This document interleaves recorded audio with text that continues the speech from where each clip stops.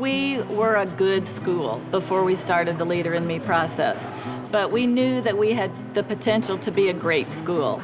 We surveyed our students and found out that probably 17 or 18% of them didn't feel like they belonged. We were seeing from students that they weren't really taking ownership in their own learning. We didn't have the opportunities for them to be leaders. I mean, really put them in a position where they were out in the community or they were advocating for themselves once they got to high school. And so we started implementing the Leader in Me process. I went there thinking, okay, just teach me how to teach students the 7 habits. That's all I need to know. And as the training went on, my ideas changed.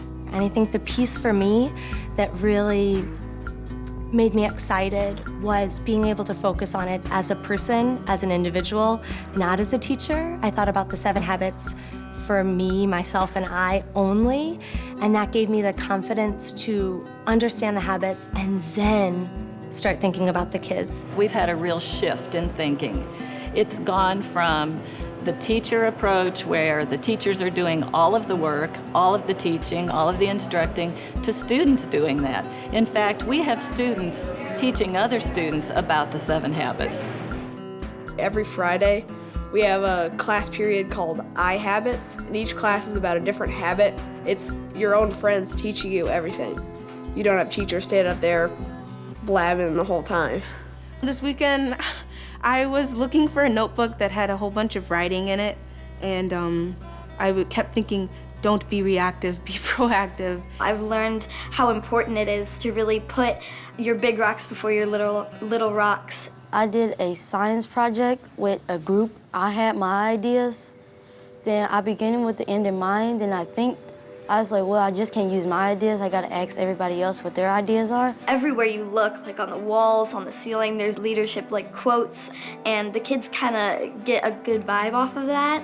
There is not one instance when we are reading that a habit can't be identified. There's not one conversation that's had where one part of the habit cannot be brought in, and usually all 7. It's been really nice to see the students take that ownership and feel like this is their process, that this whole idea of leadership is about them. It really takes a different frame of mind as a teacher, to think about what can I put students in charge of that I've usually been in control of, that now I can let them do.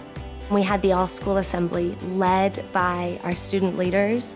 I think that was a really eye-opening moment for the rest of the staff to realize what the students are capable of. Now students are in a lot of the decision-making and setting goals. They can set goals for everything and they love it. Since we've implemented the Leader in Me process, we have cut our discipline referrals in half. We don't have very much bullying anymore, and a lot of people try to stop it, stand up for each other. You just see this incredible strength from within. When we saw that it really works, that students are really stepping up and being great leaders, that's when it all came together for me. It feels very good to be a leader because everybody looks up to you. We have the character like no other school, and I think it really shows. I envisioned myself being a leader throughout my life, really just making sure that I'm doing the best that I can at everything that I do. Through this whole leadership journey, we've been teaching them that they have the power, that they have terrific ideas, that they have so much potential. Our academics have been impacted tremendously. When you help students kind of unleash that potential and know that they can accomplish things and feel confident about themselves, they just start to excel. The Leader in Me process has been something that felt like it took our whole school sort of to that next level, from good to being great.